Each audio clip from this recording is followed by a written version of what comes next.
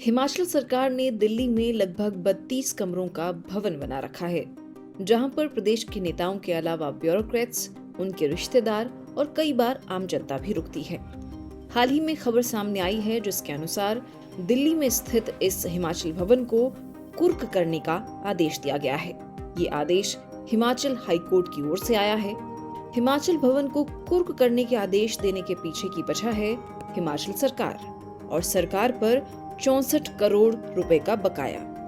मामला क्या है, ये जानने के लिए थोड़ा पीछे चलते हैं। साल था 2009। हिमाचल सरकार ने सेली हाइड्रो कंपनी को 320 मेगावाट के बिजली प्रोजेक्ट का काम दिया था। ये प्रोजेक्ट लाहौल स्पीति में लगाया जाना था। कंपनी अप फ्रंट प्रीमियम के तौर पर 64 करोड़ रुपए सरकार को देती है।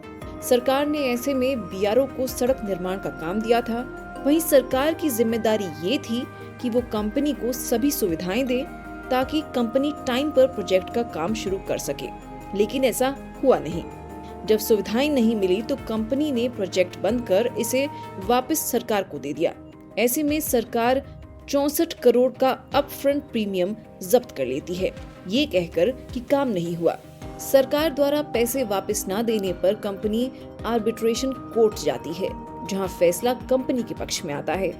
दोनों पक्षों को सुनने के बाद कोर्ट ने हिमाचल सरकार को कंपनी की ओर से जमा की गई 64 करोड़ की अपफ्रंट मनी 7% ब्याज के साथ लौटाने का आदेश दिया था। ब्याज के साथ ये राशि 150 करोड़ पहुंच जाती है। ऐसे में सरकार हिमाचल हाई कोर्ट जाती है, लेकिन यहाँ भी फैसला कंपनी के पक्ष में आता है।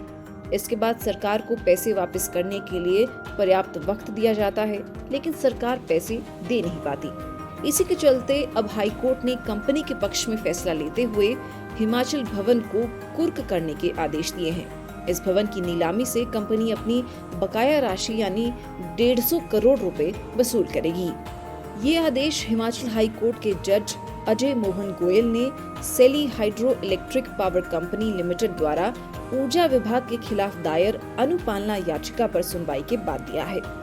कोर्ट ने एमपीपी और पावर विभाग के प्रमुख सचिव को इस बात की तथ्यात्मक जांच करने के आदेश भी दिए हैं कि किस विशेष अधिकारी या अधिकारियों की चूक के कारण राशि समय पर जमा नहीं की गई।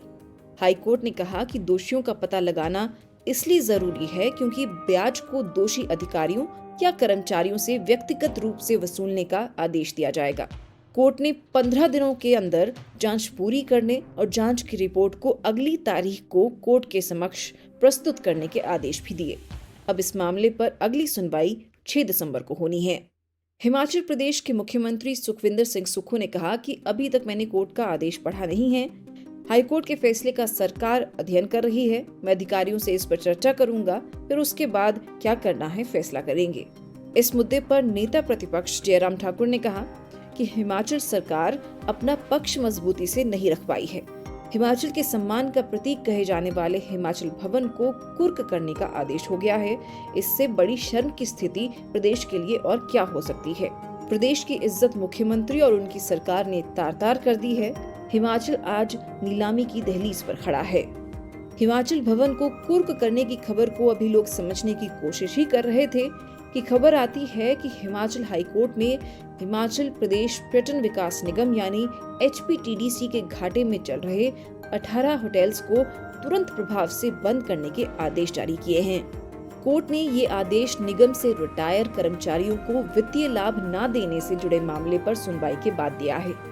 कोर्ट ने स्पष्ट किया है कि ऐसा इसलिए करना जरूरी है ताकि सुनिश्चित किया जा सके कि पर्यटन निगम द्वारा इन नॉन प्रॉफिट होटल्स के रखरखाव में सार्वजनिक संसाधनों की बर्बादी न हो।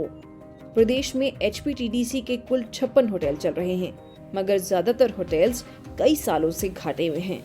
इससे निगम अपने कर्मचारियों की सैलरी और पेंशनर को पेंशन नहीं दे पा रहा। पेंशनर के सेवा लाभ का मामला कोर्ट में है। इसकी सुनवाई करते हुए ही अदालत ने ये फैसला सुनाया है।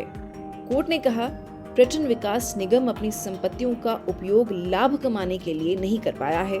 इन संपत्तियों का संचालन जारी रखना राज्य के खजाने पर बोझ के अलावा और कुछ नहीं है।